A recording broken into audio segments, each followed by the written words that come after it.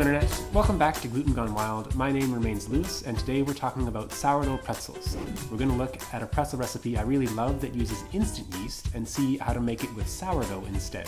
So by the time we're done, you'll know a really great pretzel recipe and how to convert any recipe you find that uses instant yeast to use sourdough. So you'll be ready to make sourdough pretzels, sourdough pizza, sourdough anything.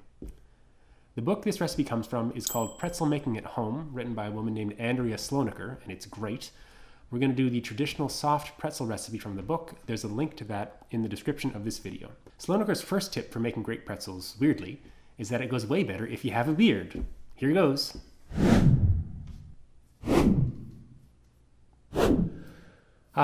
That's better. So, the recipe we're using calls for instant yeast. We want to use sourdough starter. What do?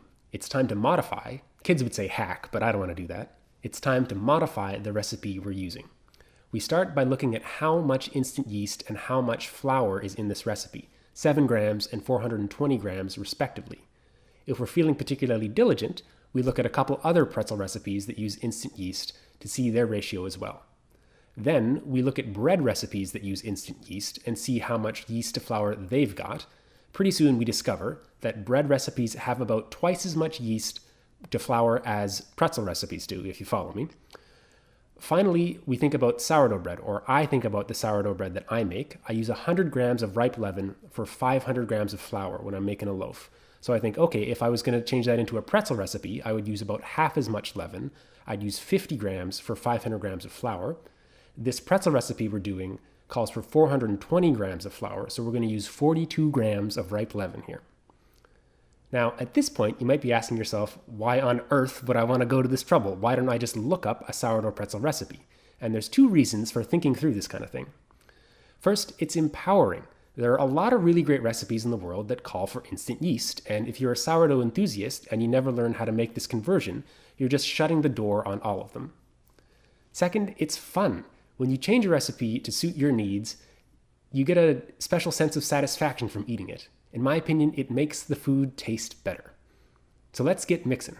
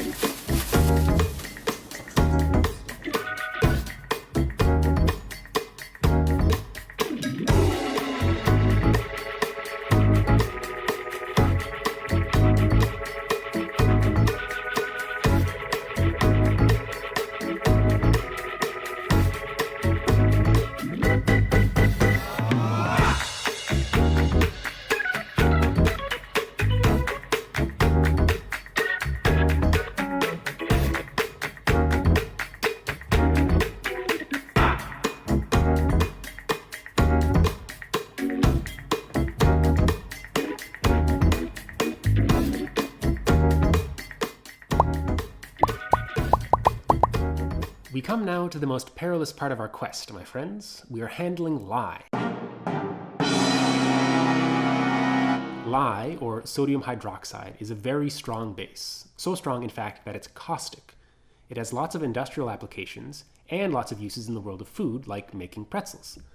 That's because lye supercharges the Maillard reaction, which is what gives our pretzels a glorious mahogany crust. You can technically use baking soda for this purpose, just like you can technically drink decaf coffee on purpose.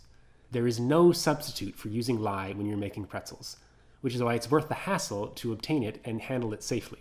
Some people get a bit freaked out when they think about having something like lye in their kitchen, but lye is no different from lots of other things we have around the house, like bleach for cleaning or like drain cleaner.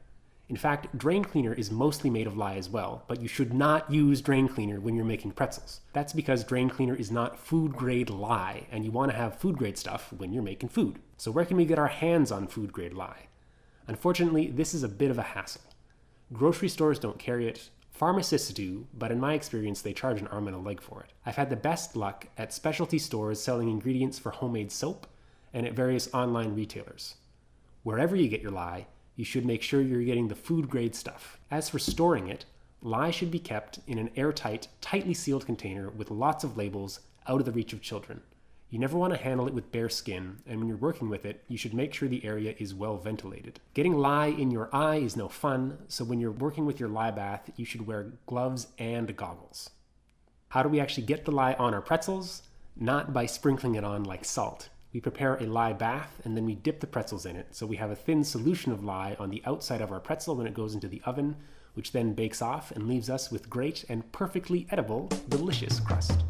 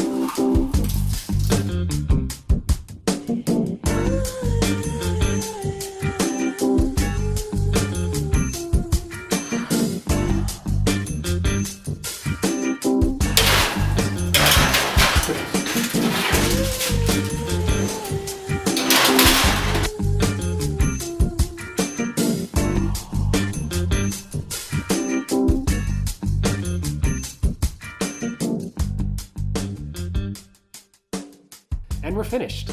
Be warned, once you've had pretzels like this, it can be hard to go back. I like them with super spicy mustard and a nice IPA. Well, that's all for this episode of Gluten Gone Wild. Thanks for watching, Internet. Oh, right. Much better. Those things are itchy.